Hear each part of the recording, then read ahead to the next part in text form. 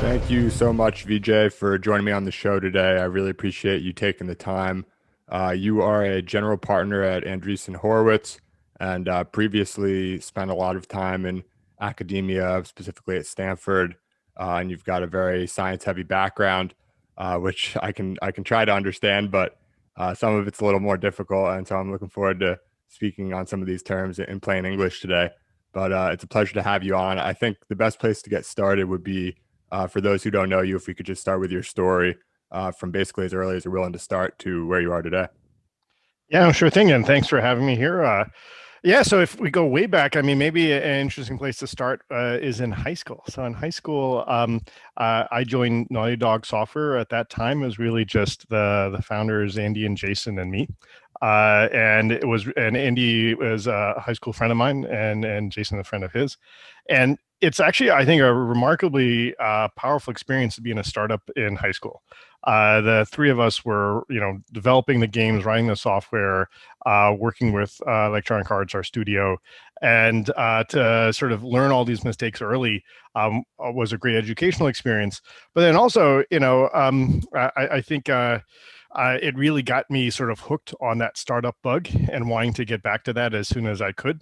But in parallel, the other love of my life intellectually has been science very broadly. And so I did a lot of science fair stuff in high school, and then went to college at Princeton, and I got a PhD at MIT, both in physics. And, when I was at MIT, I did see something really remarkable. So I got there in 92 and I graduated in 95. And over that 3-year period, there was a dramatic shift in that there was like a ton of physics majors in 92, it was like 100. And then at 100 went to like 10 in 95. And then biology flipped. Biology went from something like 10 to 100. And I think there was something in the air at that time, the sense that as exciting as physics is, biology really is the future of what we'll be able to do. And especially, I think the tools for making biology quantitative, predictive, powerful, all the things that we like about physics was emergent. So we fast forward a bit. I get to wanting to become a professor and also want to reconnect with the startup world. So I end up taking a faculty position at Stanford. And at Stanford, I was in several different departments, primarily in chemistry, but also in structural biology, computer science, and also chair of biophysics. And the work that my lab there was very much on that intersection. One of the key things that people may know about is that the folding and home distributed computing project was something that I developed and came out of my lab. And really, I think that was came from the realization that we could do many exciting things at the intersection between computation and biology and physics and computer science if we had enough computer power. And so at that point in 2000, there wasn't a lot of computer power compared to what we have today. And, just to even set the stage, like in 2007, we get a Guinness World Record for folding home being the most powerful computer in the world. And now that's like, I don't know, like $50, $25 a day on Amazon. Just the power of Moore's law really, I think, was an exciting combination of sort of driving these forces together. At the same time, when you're at Stanford, it doesn't take much to be connected to Sand Hill, where venture capital is just literally up the road. And so while developing Folding Home and pushing the science side, I was also involved with many startups. And those two worlds really connected in 2015, when I really had the sense that it was time to take these ideas out of academia, and that we were starting to see companies and the potential for great tech-like companies using the powers of Moore's law and engineering and other great things we have in technology applied to biology and healthcare. And so I left Stanford to found the biofunds at Andreessen Horowitz, a venture capital firm. And in that period, I think, at that time, our thesis was that machine learning, engineering, biology, these areas would really transform many different industries in designing drugs, diagnostics, and in healthcare is done. And 5 years later, I think we have this portfolio of companies that really reflect that. And it's exciting to see that idea, which maybe seemed heretical just 5 years ago, now become really quite entrenched. And that AI in drug design, AI in healthcare is something that you see much more commonly now. So I am like a kid in a candy store these days. I think with all of these trends coming together, it's an exciting time to be in this space and working with intelligent people and looking forward to trying to build that future where technology really fundamentally changes the nature of human healthcare. Yeah, it's awesome. I look forward to digging into a number of these different, subjects. But I think that it's great the way that you told your story, touching on a few different trends, going back to even when you were at school, seeing that a lot of, the popular physics major was becoming the popular biology major. Can you speak to at the time, or maybe in reflection now, why you think that was going on, why people were viewing biology as the next big thing? I think it's a couple different things. And I think part of it was that you could actually really measure interesting things in biology. And Human Genome Project was a key part of that. I think just even measuring and reading our own DNA was a key part of it. And then once you can measure things quantitatively, you can make quantitative predictions. And ironically, it was a time where many areas in physics measuring became very difficult. And so in many areas of physics like string theory, it's you don't have anything to measure. And so people who loved sort of math and sort of computers and the quantitative side of things, it used to be that physics was the place to be. And I think we were sort of seeing that actually now this could be applied to biology. And in for me, like as much as I still love physics and still think about it, uh, biology is all around us. It's human health. It's, we all have family members or loved ones that have health issues. So it's all of that. But it's all these other things too. It's like, I think it will impact our food. I think will be one of the key solutions for even addressing things like global warming. I think you put all these pieces together. Physics almost was like the science of the Cold War, nuclear bombs, rockets, and biology feels like the science that we need for today. Right. Yeah, that makes sense. So, I mean, someone listening to your answer might presume that you studied biology, but you actually went and you got your degree, as you mentioned, from Princeton in physics, and then later your PhD from MIT, also in physics.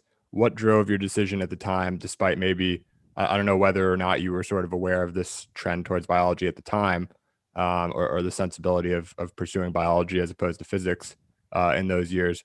But I'm curious what led to your decision to go down the physics route, and then separately, a little bit of a different question, but if you were, going into college now, assuming that you did want to go to college now, at that age, Yeah. what do you think you would be studying today?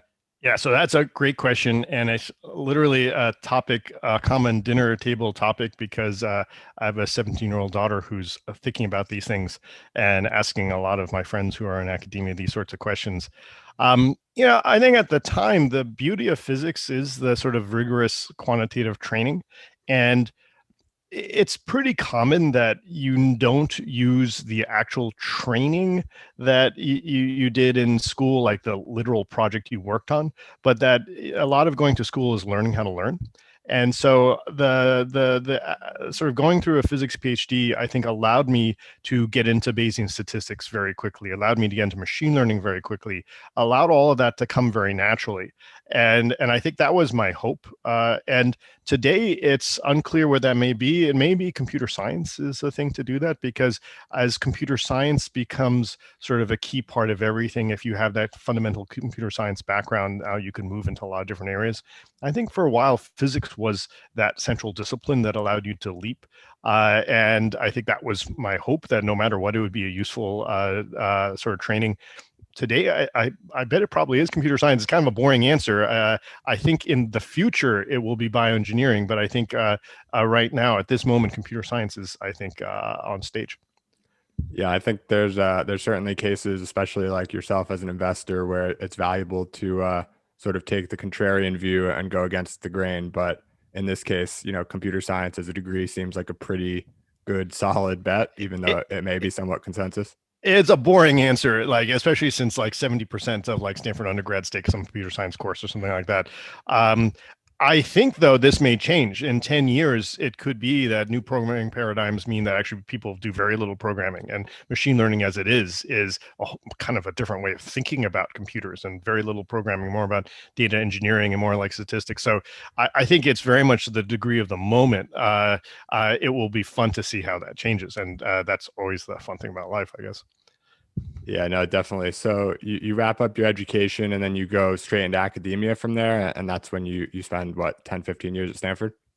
Yeah, so I got to Stanford in '99 and left in 2015, and it's actually a really interesting time also from sort of for being at Stanford, because I think Stanford now is extremely highly regarded. It was very much on the rise during those years into that, and I think there's a lot of interplay between venture capital and Stanford, and that was very intriguing to me, and I think it's still I think a real strength of the university.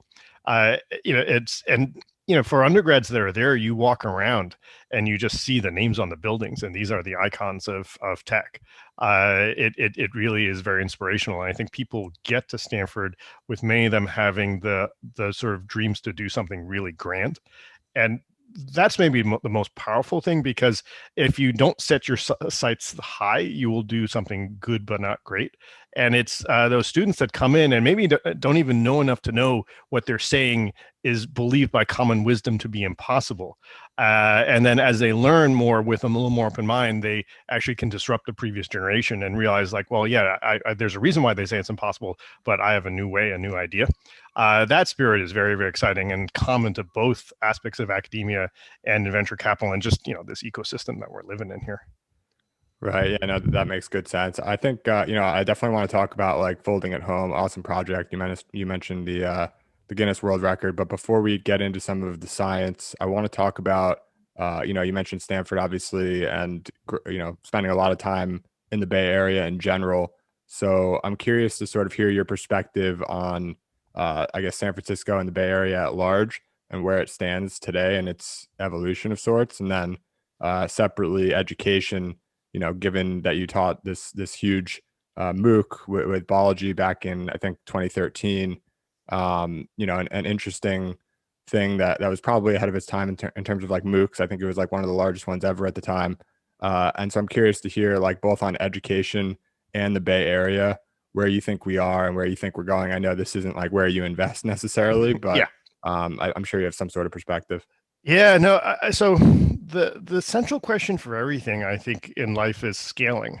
And so, as great as the experiences I've had at Princeton and MIT, and I was actually at Berkeley in between that to Stanford, these are all great universities.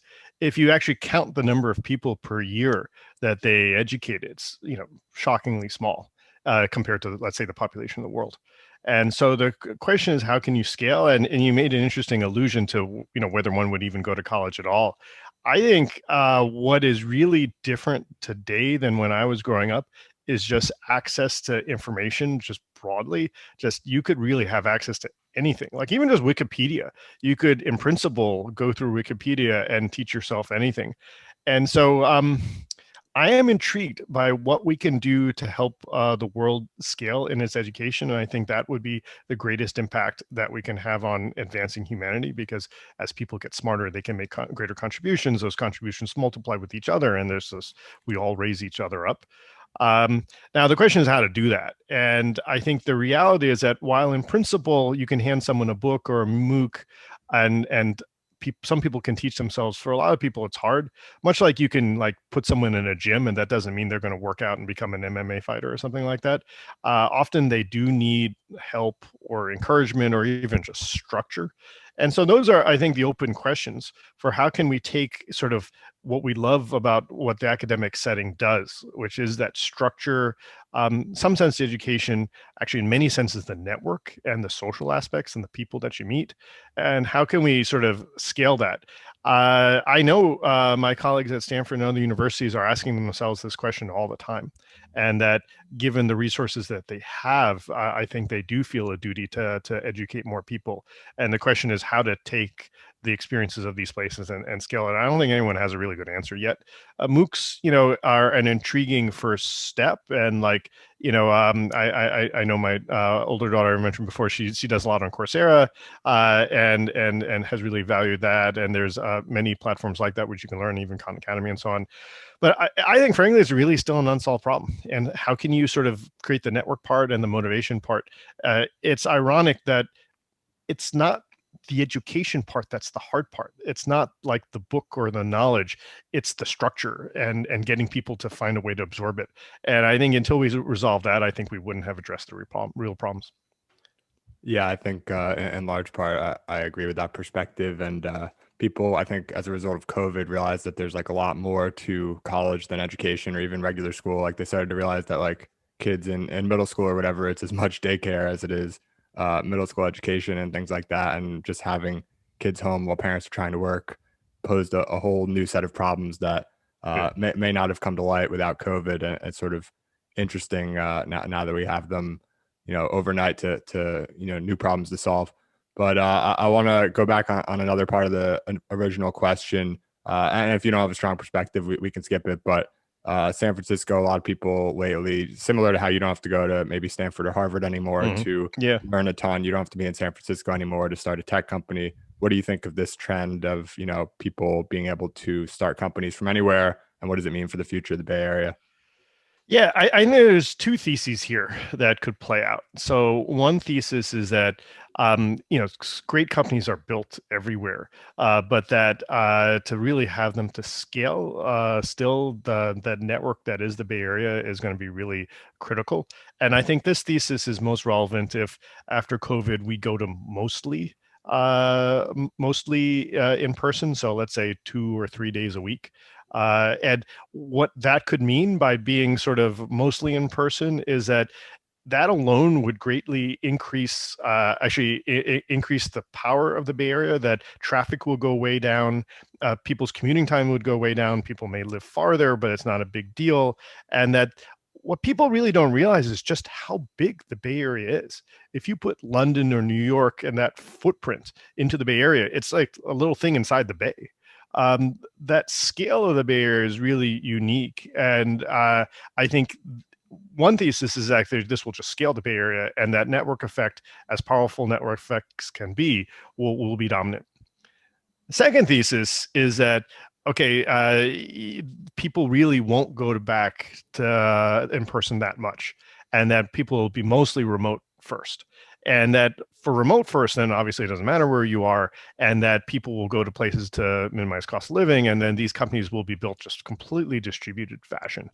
And that's appealing in many ways, and you can imagine that you could be much more efficient. And so I think that thesis also is really relevant to poke at. And in that world, what I think you would want to have is not San Francisco, but that San Francisco spirit. And that's aspect of culture is not a small thing. I have founders who, they aspire to build $10 billion companies, $100 billion companies. And in some places you say that you want to do that and people like laugh at you. They think that either you're being naive or stupid or grandiose. And in the Bay Area, it's not unreasonable for that to be an aspiration, and very few people can do it, but it's something that we all know people who have done it, so that it's a culturally more acceptable aspiration. And there's a lot of aspects of the Bay Area culture which are really powerful for doing these grand things. And to the extent that that culture can be spread and distributed, and maybe by people who have been here, that they take it with them, and now there's a Bay Area diaspora, that could be the way to basically scale the Bay Area even further, where now it's not just scaling because of less traffic and being further out, but that culture now is pervading the country, maybe the world. I suspect certain type of companies will still kind of need to be in person. Some may be very well distributed. And so I laid out those theses because I think we'll probably see both. But if I had to make a bet for where we're going to be in 100 years, I bet it would be the second. Yeah, it's really interesting because in a way, I think the two theses you laid out, like the first one almost depends on slowing acceleration to the future if you buy the premise that the future is more remote and more online. Yep. But if we go back in the near term, and right now we're like a lot of people are fully remote, but if post-vaccine we go back and most people are on a hybrid schedule or even 5 days a week, like old times, then old times like a year ago or whatever, then maybe that bodes well for San Francisco in the near term.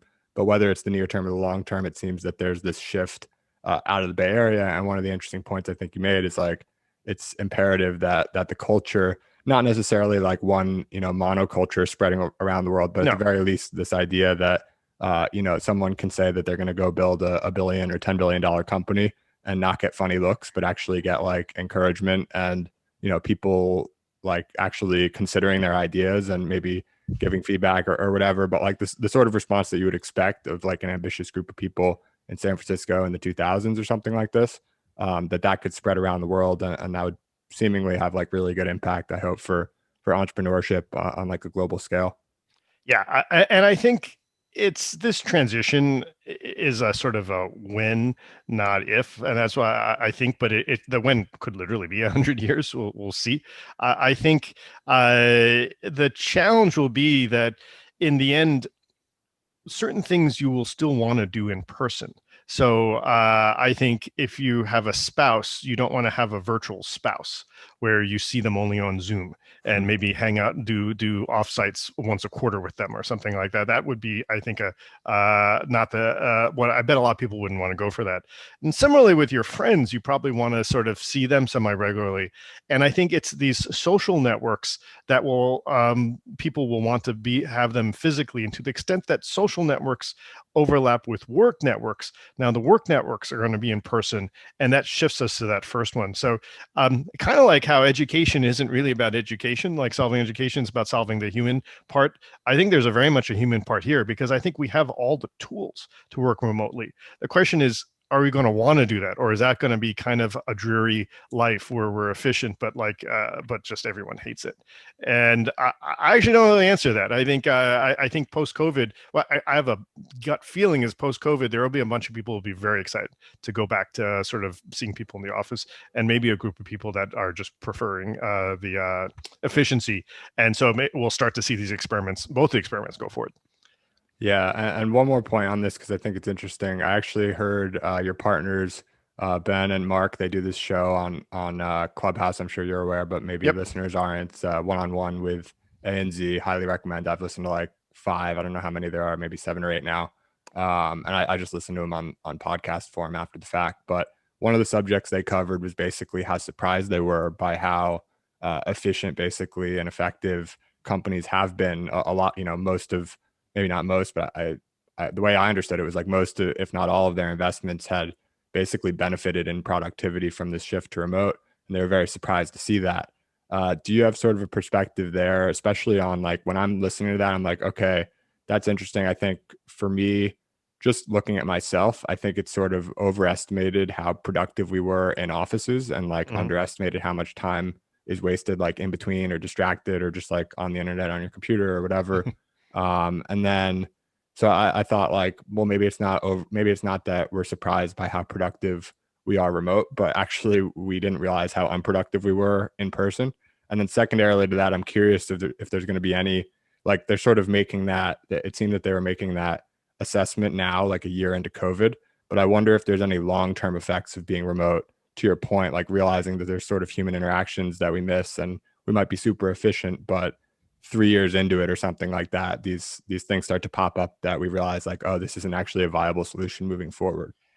Yeah, I think this efficiency is kind of a remarkable silver lining of the disaster that is the pandemic. That I think obviously no one wanted this, but I strongly feel that there's more to life than being efficient, and that I could imagine, and we already see this, like depression, suicide, all that stuff is up too.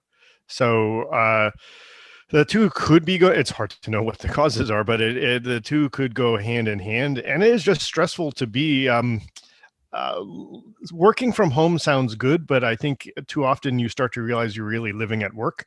And that doesn't sound nearly as good. And that work has, I think, seeped into people's lives at every hour. And so we are way more efficient. But I think having the boundaries could be more healthy. But there are solutions, right? So perhaps I have friends that have like just dedicated certain rooms, or even like, you can get these little ADUs, these little sheds, where you get a shed in your backyard, and that shed is your office, and you physically go to the office and you physically leave the office, but still, like, just in your backyard. It could be that people just need to refine sort of how they work from home, such that they can sort of get everything done, and so their kids aren't in the Zoom like when it's a critical meeting, and so on. Like, actually, my youngest one is watching TV right outside. I don't know if you can hear it. Hopefully you can't. But these things, the houses weren't designed for it, but maybe they could be, and maybe that would address this. I love the idea of starting from a clean sheet of paper and asking, given that we know we can do remote, what is the best way to do this? How can we sort of, if we sort of didn't have an office before, would we actually want an office? Would if we start from clean sheet paper, what would we do? It's a fantastic time to be asking that question, and I bet we'll see lots of experiments. And but the predicting human psychology is a tricky thing. Yeah, no, definitely, and I'm likewise excited about the blank slate with all of it. All of it. I think that there were some sort of arbitrary lines that might have been Yes. legacy from old, things 50s. that had, yeah, exactly, things that just had to be done a certain way that we can Yep. now realize that's actually not a constraint and just take a whole new view. And I'm bullish on the idea that people may in the future be working like remotely, but not necessarily from home alone, which seems to Mm. be just generally a bad solution, or home with your kids, Yep. in the room next door. I cannot hear the TV, but I know a lot of people are dealing with similar issues. Yeah. So anyway, I want to go now like more into your sweet spot, and let's start with folding at home, the project that you Yep. started while at Stanford.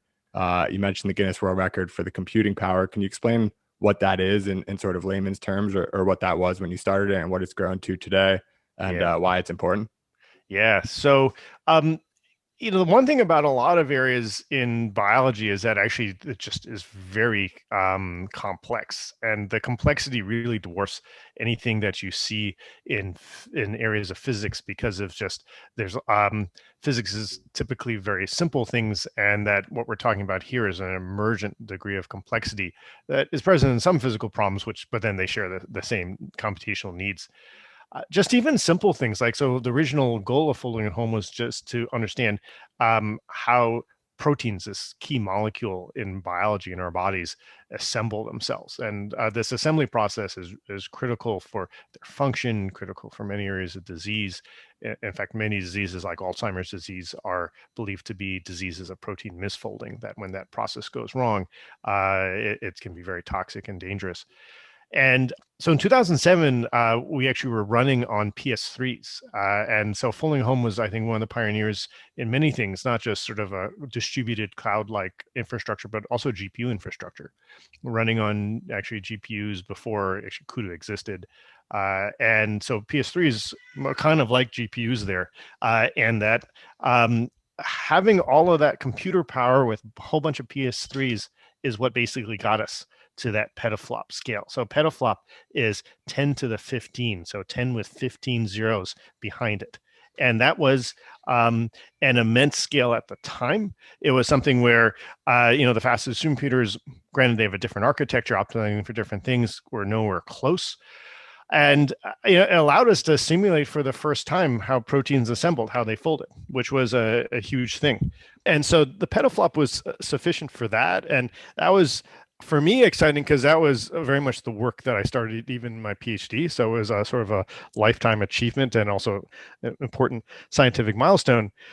Since then, since 2015, when I left Stanford, the project's been in the hands of Gregory Bowman, one of actually my former students, who's a professor of Washington University in St. Louis. And Greg has done and team has done a fantastic job of pushing folding at home during COVID. So during COVID, folding at home got to an exaflop. So that's 10 with 18 zeros after its floating point operations per second. So it's a ridiculous amount of computing power, especially compared to what we even had before. And so Greg and team have been using Follingholm's power to understand aspects of key proteins in COVID and to actually try to look for COVID therapeutics. It's something which is still very much at the bleeding edge of computation, as we always hope to be with Folding at Home. But it's been very rewarding to see the early days advancing some very fundamental understanding of biophysics, and now really moving into the things that we've dreamed about, for where these resources can be used for a critical area in human health. So can you elaborate a little bit more on like the impact or like the outcome that's expected there? Like I understand the immense amount of computing power, but how do you expect the sort of innovations that you've got with Fold at Home to sort of translate into practical uses in people? Or is that not sort of is it more just at the idea stage that you're trying to understand these proteins first?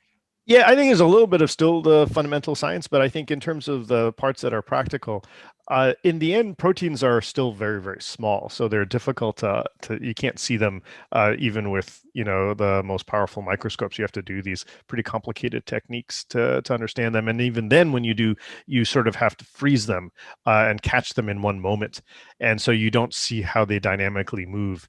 Almost like if you had like want to understand a robot, but you only had one picture of the robot and you only got to see the arms in one location or the legs in one location. You have to sort of guess how it works. And so what Follingham can do is it can develop through simulation a complete picture of all the different states of the protein. And by having that, it gives you an idea of places to attack, to have a small molecule drug that can be used to, let's say, stop a protein that's doing damage, let's say a protein associated with the virus. And having those insights and those insights have come out of the simulation and then therefore suggest opportunities for new types of drug design. And so that's still ongoing. There isn't yet the sort of the final drug from their COVID work produced, but actually they have done a beautiful job of being very transparent with how they've done and what compounds they're looking at. And it even speaks to kind of a whole new area, which is kind of bleeding edge, just the concept of an open source biotech of sorts, where everything is done collaboratively and in the open, and where the results would be, in principle, could be collaboratively shared. That's been a dream of many people, and there's still some challenges with that, both legal and otherwise. But it's fun to see them pushing the envelope in that thinking as well.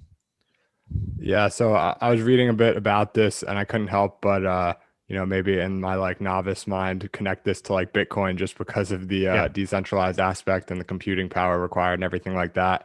So Yep. I just figured I'd give it a Google search, and there was actually an article from CoinDesk in I think 2013 maybe that was basically, I think the title was something like should you be mining for profits or proteins? Yep. And they had a quote from you in there. What are the sort of parallels and what just like doesn't make sense at all when comparing something like this to something like Bitcoin? Yeah. So, really the whole idea of Bitcoin was to try to create a distributed ledger that could be used for something like a currency. And so in that, there's a central problem that they're solving for proof of work, solving inverse hashes. One of the things that I was always trying to figure out is that, it's kind of amazing that we have all of this compute power being applied to solving a problem, which is critical for sort of the logistical function of distributed trust and the crypto nature of cryptocurrency. But it'd be sort of that much more powerful if it was solving something that is useful. And many of us have always thought about, could there be like a Follingham related proof of work that you could insert in? It's tricky to do, and while I still have a few ideas that we haven't implemented, the simplicity of the proof of work in Bitcoin, I think, is key to its success. Where maybe this gets interesting is just to realize that supercomputers get a lot of glamour, but the most powerful computers really are just collectively all of the devices that we have sitting around us, and that compute power is just enormous. And in that sense, that's where probably the two of them maybe have the most sort of deepest links. But what we do with them between the two is actually fairly different. Right. Is there anything in terms of like your ideas for how we could possibly make the solving of the problems actually useful? Is there anything you can sort of share along those dimensions, or maybe alternatively talk about why it's so challenging to do something like that? Yeah, I mean, I think it's the challenge is coming up with problems that are really worth solving that can be solved in a uniform way that it fits for proof of work. And in the end, I think various proposals for things like proof of stake may end up being just simpler anyways. So probably inventing more creative proof of work schemes. There hasn't been a lot of effort towards that.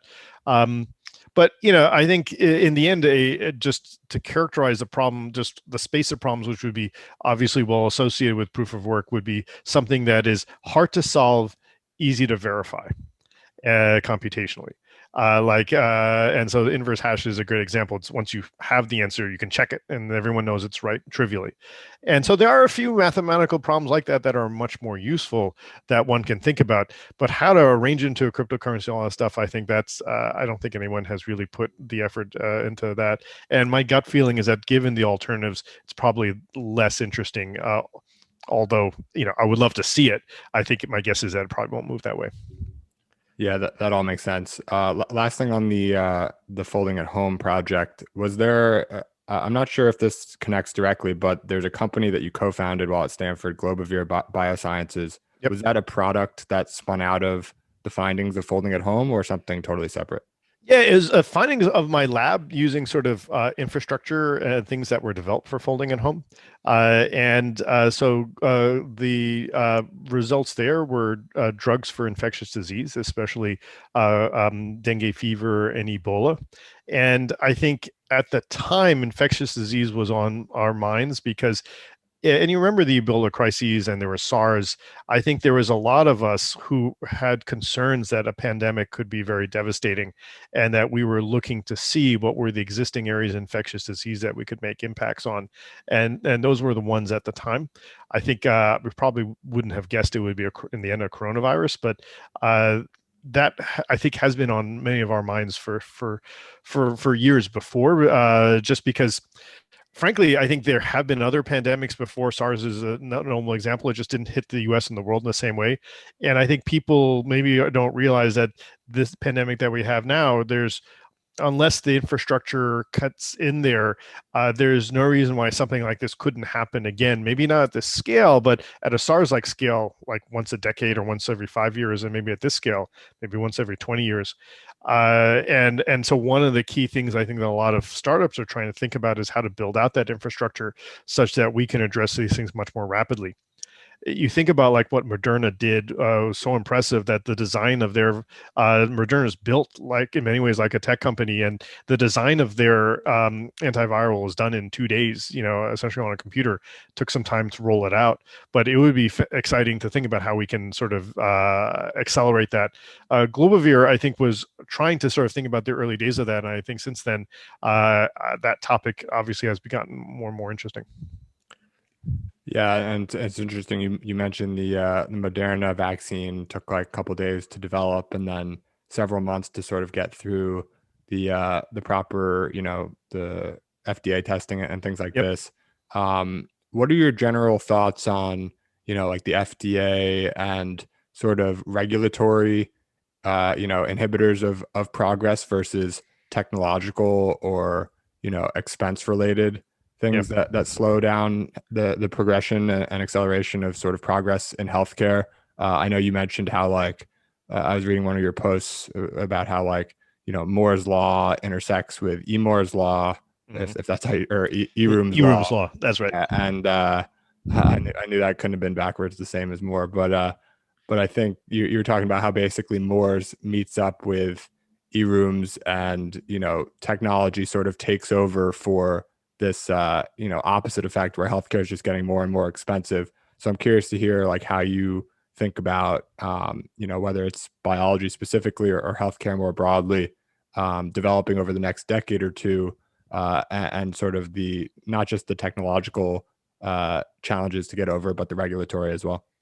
Yeah, so I think the simplest way to describe the fundamental problem is that, and it's not a surprise to anyone, especially people living in the U.S., is that the cost of healthcare is increasing rapidly, and it's becoming a greater and greater fraction of GDP.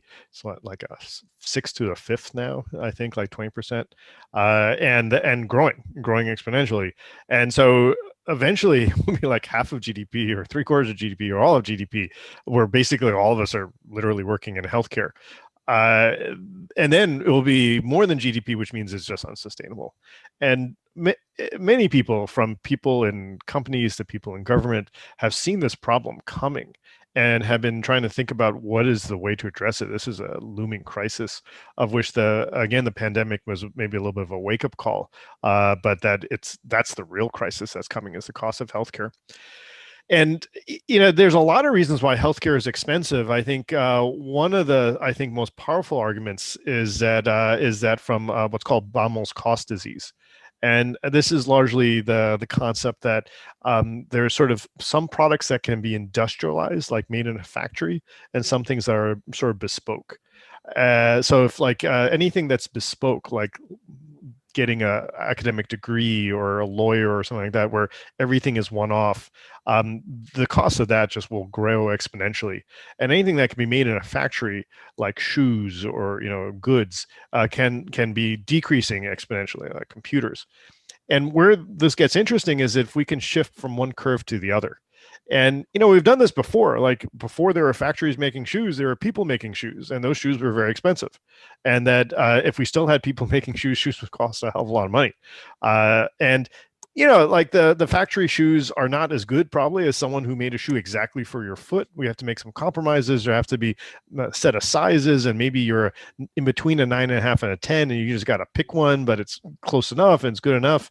There's various things that you have to do to industrialize, but this industrialization of biology, industrialization of healthcare, is really in some ways what it means to bring technology in, to bring a sense of engineering, and that could be done through compute, and that'll be a large part of it, but it'll be other things, sort of borrowing the sort of culture and thinking of tech, how to make something 15% better year over year. If you can just do that, you get exponential growth. And so I think that's the mentality that people are trying to transfer into sort of making drugs and biopharma, and into re-engineering healthcare.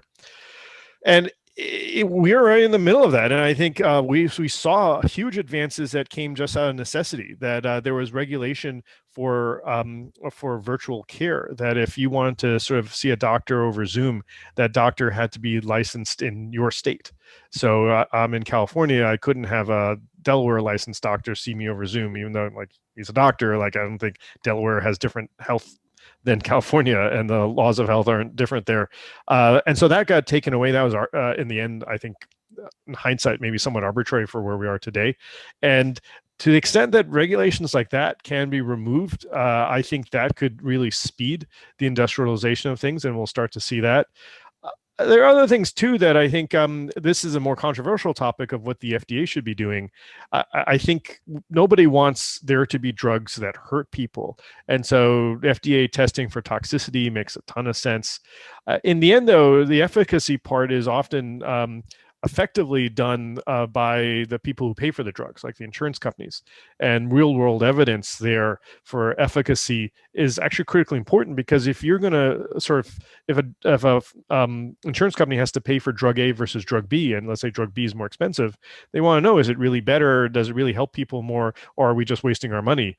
And that's something that they're very much geared up to do. And so it could be that through reimbursement, we can address, and real world evidence start to address some of the issues that are now done through clinical trials. This alone is a fairly controversial topic, and people will fight to the death on this. And I think there are issues however you go. I think the challenge is almost like the classic trolley car problem, is that you worry about hurting people through drugs, but you also have to worry about hurting people through not getting these things out fast enough. And how to balance that is, one of these classic moral dilemmas. And the FDA tends to shift pendulums one way or the other. If you look at the history, it shifted in one direction because of thalidomide and the birth defects towards more regulation. And they actually shifted away from regulation in the 80s with the AIDS crisis because there were just patients dying of AIDS and they wanted to have they were going to die in 6 months. They said, but they wanted the experimental drug because they were going to die anyways. And due to that need, there was a shift. So I think the FDA can be very and has been very responsive to these things. And I'm looking forward to them really making these types of shifts to address this modern era. If so, that speed we're talking about now could be greatly enhanced. And I think the advances in tech, like we've seen over the pandemic, may start to multiply up, and we may make even more progress. Yeah, that's a great perspective. I think another trend that I can sort of see coming that I've heard from people like yourself that's sort of an exciting element to keep an eye on is sort of a shift from what is commonly called like sick care Yep. to more of like preventative medicine, preventative healthcare, Yep. like actual healthcare of maintaining people's health and hopefully extending their health span a little bit just by behavioral type stuff. Yep. A really interesting chart I saw of yours or I don't know if you made it, but you cited it, which was like how I think 40% of overall like premature death is caused by basically behavior. I might have the wording wrong, but something along the lines of like you're not born Yes. with it and it's not like a symptom of the healthcare system. It's Yep. just like how you're behaving. And So the healthcare in that graph was 10%. So all of U.S. healthcare, all of drugs and surgery and all that stuff, 10%. Like genetics was like 30 or 40%, and 40% was these social determinants. So that math doesn't add up. So it was 10%, 40%, and the remainder was genetics. But that was the sort of shocking thing, and it's not a surprise. Like if your spouse smokes, you probably either will end up smoking or getting issues with lung disease. I think if your spouse overeats, it probably will affect you. And I think the history of healthcare, people don't realize this is the history of healthcare in the US is not some central planning necessarily, but that it was a perk given to workers in the 50s to try to get them to stay with the company. And that originally before then it was out of pocket and people would just deal with the doctors themselves. And then this perk came about. And that's largely why we have this sort of system where your job pays for your healthcare because it arose from that. But because they're paying for these services, they're trying to minimize the number of services, not necessarily maximize your health. And so that shift that you talk about towards value and really towards prevention, some of it sounds very boring, like eat better, and it really is that we're back to psychology yet again, which is how can we empower people to do the right thing, because the wrong thing is easy. It's easy to sit on the sofa and watch TV versus work out. It's easy to have desserts instead of being thoughtful about what you eat, and how to flip it to make it easy to do the right thing. This is another place where I think tech is really interesting, because we see how much tech can change people's behavior. Just phones, we are addicted to our phones and the connections of it, to the extent that phone can be a device to sort of modify behavior, maybe with some sensors that are, let's say, measuring your body glucose or measuring other things to give you real feedback and tell you, you got to be careful about this. There's all these new technologies emerging that, when combined with the tech in a cell phone, I think could really change the sort of course for prevention. I've seen it with myself personally. That what was it now? It was about 2.5 years ago. I got diagnosed with pre-diabetes, heading towards diabetes, and I had to make pretty radical changes. And having that information early, that came through actually one of the portfolio companies, QBio, that really sort of was the wake-up call, and got me to change my diet, change my lifestyle. And actually, I love the change we made, but I didn't have the sense of urgency and the knowledge. And so I don't know how to change the people's behavior and change the psychology is really the question. And we know tech can do that. The question is, how can we use tech to do it? I think people at the beginning of this podcast, they will hear an advertisement from Aura, who makes the ring, which is Yep. something that I wear that I really enjoy. And then I also tried the Levels patch for a month Yep. and had Josh on the podcast. I know you guys Cool. led their Yep. seed round a few months ago. Super exciting company, and I'm gonna definitely go and use it again. I just wanted to like do a month trial and then give myself some time and go back when it's a good time to experiment again. Yep. But all of these wearables that help, whether it's measuring your glucose or your sleep or your fitness and activity, or how what you eat affects you in other ways potentially. All of these things, I think, like you mentioned, it's hard to influence human psychology and change people's decisions in a way, but sometimes it's just a small push, and sometimes it's just having the data, Yep. sort of what gets measured gets managed type of thing. So I'm Exactly. very optimistic, and hopefully, I'll be engaged on the cutting edge of all of these things that become available, just to try to increase my own health span. The last thing I have to ask you about, I know we're running up on time, but speaking of health span, one of my first guests on the podcast was Aubrey de Grey. I've gone Hmm. on to have other people in and around the aging space, from Elad, who I think co-led the investment in Kristen's company, who was also a Yep. guest, Yep. BioAge, Yep. which you guys recently funded. I'd love to hear your overall perspective on the aging space, given that I think one thing that you have said is basically like, and correct me if I'm wrong, of course, but basically it could be, not necessarily it will be, but it could be that aging may be sort of the best pathway to cure diseases like Alzheimer's and cancer and heart disease, all of these sort of age-related diseases, where you could almost say that aging is a cause Yep. of sorts, that in fact, going after aging directly could be the way to solve all these diseases. Yep. Yeah. So you're absolutely right that the science and the epidemiology of this is pretty clear, that the rate of onset of cancer, of Alzheimer's, heart disease, many of these things rapidly increases with age. And actually, COVID is another good example of something that's really fundamentally an aging disease. That the impact on the elderly is much more harsh than on the younger. And it's no secret that we're sort of different and not nearly at full sort of power as we get older. And so that part's not, I don't think, is all that controversial. I think the question is like, how could you possibly do anything to sort of slow down the clock, or maybe even bring it backwards? And that's where aging biology is really interesting, because there's been so much fundamental science trying to just understand how we age and what that process is, and actually studied in a lot of different other model organisms. And in other model organisms, you can extend their life dramatically. But like C. elegans, I forget what it is. It's like 10 times longer or something like Mhm. crazy. But C. elegans is a worm, like a little worm that has, in the end, not that much to do with the complexities of a human being. And so what could you possibly do with humans? It's interesting to study people who are older and just understand, like, why did some people die like at 120, and why others might die at 60 or 80 from national disease, causes and so on.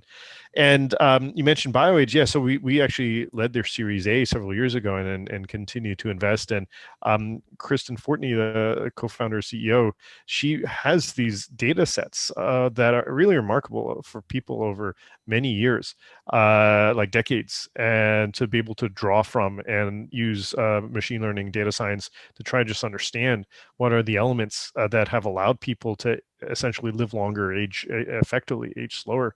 And there's still a lot of open questions, but I think as a field, it's a very intriguing one. And I think in the beginning, I think the early aspects of aging science will be used to identify targets for new drugs and to go after diseases that have aging components, of which COVID actually is one, and BioAge actually has a drug in clinical trials for COVID. Uh, and so it will be really useful as novel biology to find new targets, and that's within the standard sort of healthcare paradigm, where drug design paradigm, where you've learned some new biology, and that gives you some new place to look for designing drugs.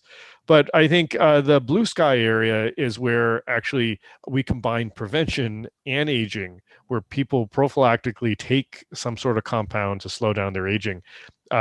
We're pretty far from that right now, other than the fact that people do this maybe indirectly, or not, or with the best they have. Like, a lot of people take metformin to do this. People take NAD plus to do this.